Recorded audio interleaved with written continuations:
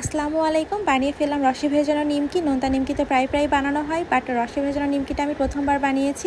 আর যারা খেয়েছে সবাই বলছে বেশ ভালো লাগছে। তো চলুন দেখা যাক কীভাবে বানালাম।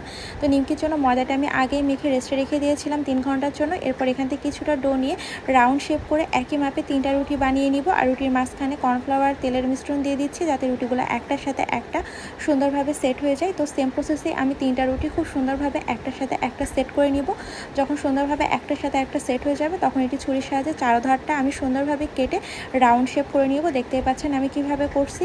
এরপর আমি এখানে মাঝখানে আবারও একটু কর্নফ্লাওয়ার তেলের মিশ্রণটা দিয়ে যেভাবে পরোটা বানাই ঠিক ওরকমভাবে শেপ করে আলতোভাবে একটি বড় সাইজের পরোটা বেলে নিব। খুব বেশি প্রেশার দিয়ে না, একটু আলতোভাবে বড় সাইজের একটি পরোটার মতো বেলে নিলাম। এরপর নিমকি শেপ করে আমি কেটে নিচ্ছি। আপনারা আপনাদের পছন্দ শেপ অনুযায়ী কেটে নেবেন, তবে চেষ্টা করবেন যেন পিসগুলো খুব বেশি বড় না হয়। এরপর একটি ফ্রাই প্যানে পরিমাণ মতো তেল দিয়ে সবগুলো নিমকি মিডিয়াম টু লো হিটে আমি ভেজে নিব।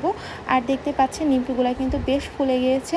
আর নিমকিগুলোকে আমি খুব বেশি ডিপ কালার করিনি, হালকা ব্রাউন কালার করে নিমকিগুলোকে আমি তুলে রাখবো।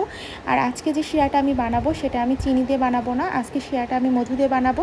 যেহেতু চিনিটা আমাদের বাসায় সবাই অ্যাভয়েড করে, এজন্য মধু দিয়ে বানিয়েছি। আর বিশ্বাস করেন মধু দিয়ে খেতে এত পরিমাণ ভালো লাগছে, যারা লাইট মিষ্টি পছন্দ করে তাদের কাছেও বেশ ভালো লাগবে। আর এইভাবে সবগুলো নিমকি আমার রসে ভেজানো হয়ে গেল। কেমন হলো সবাই জানাবেন। আজকের ভিডিওটা এই পর্যন্ত। আল্লাহ হাফেজ।